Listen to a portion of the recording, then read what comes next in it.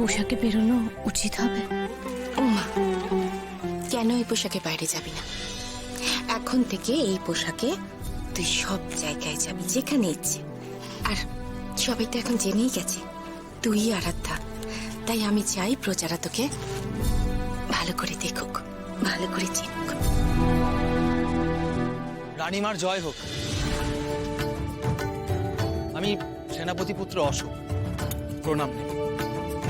বলো, কি সংবাদ এনেছ?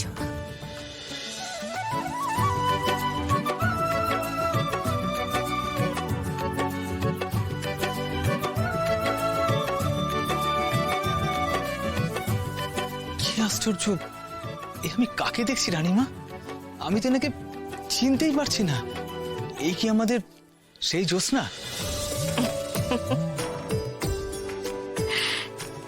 এই তোমাদের জ্যোৎস্না, তার সঙ্গে আমার আরাধ্যাও বটে। আমি ওকে নিজে হাতে রাজকুমারীর বেশে সাজিয়েছি। খুব ভালো করছেন রানীমা। না, রাজকুমারী আরাধ্যাকে রাজকুমারী বেশে খুব সুন্দর লাগছে। থাক, আপনাকে আর আমাকে রাজকুমারী বলতে হবে না।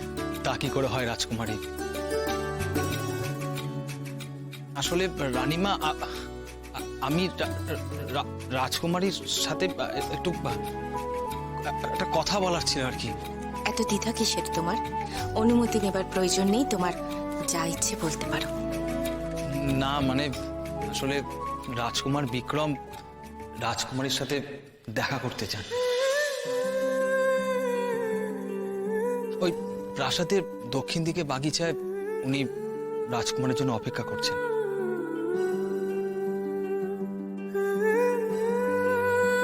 কিন্তু আমি এই পোশাকে রাজকুমার বিক্রমের সামনে যাব কি করে? ওমা, এ কি কথা? কেন যাবি না তুই? এই পোশাকেই যাবি। আরাধ্যা, তোদের মধ্যে মান অভিমান সবকিছু মিটিয়ে নেবার পালা এসেছে।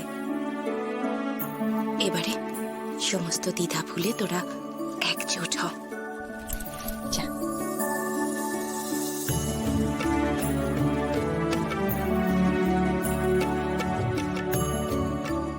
আসুন।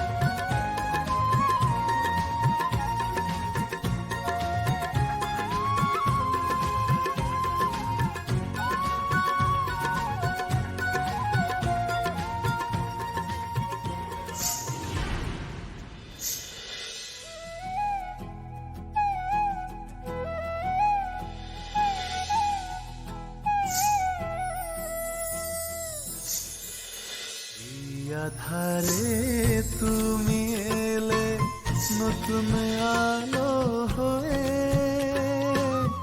আমার হয়ে থেকো তুমি, যেও না দূরে সরে।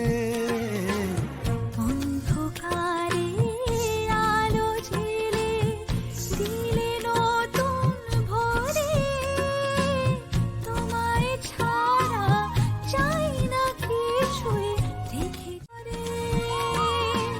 চিরদিনের এই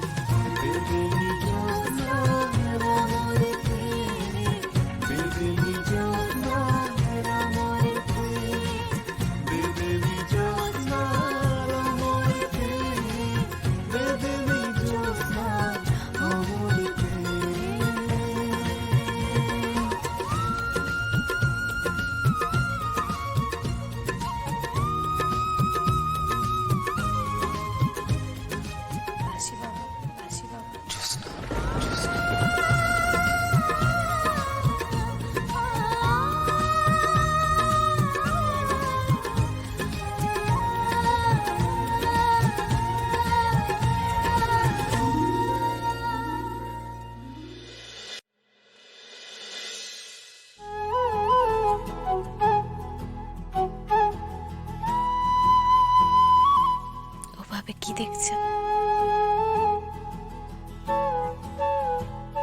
আমি কি দেখছি? আমি কি স্বপ্ন দেখছি, না সত্যি আপনি আমার সামনে দাঁড়িয়ে আছেন জ্যোৎস্না? কেন বিশ্বাস হচ্ছে না? আপনাকে রাজকুমারীর সাজে অপরূপ লাগছে জ্যোৎস্না। আপনাকে কি বলে ডাকবো এবার আমি? রাজকুমারী আরাধ্যা? না, আমি আপনাকে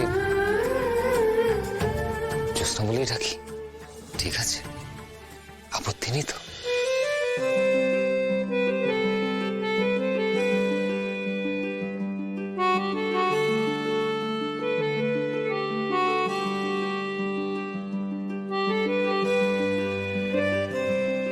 না, আপত্তি নেই। যে নামে আপনি আমাকে চিনেছেন সেই নামেই ডাকবেন। বেশ,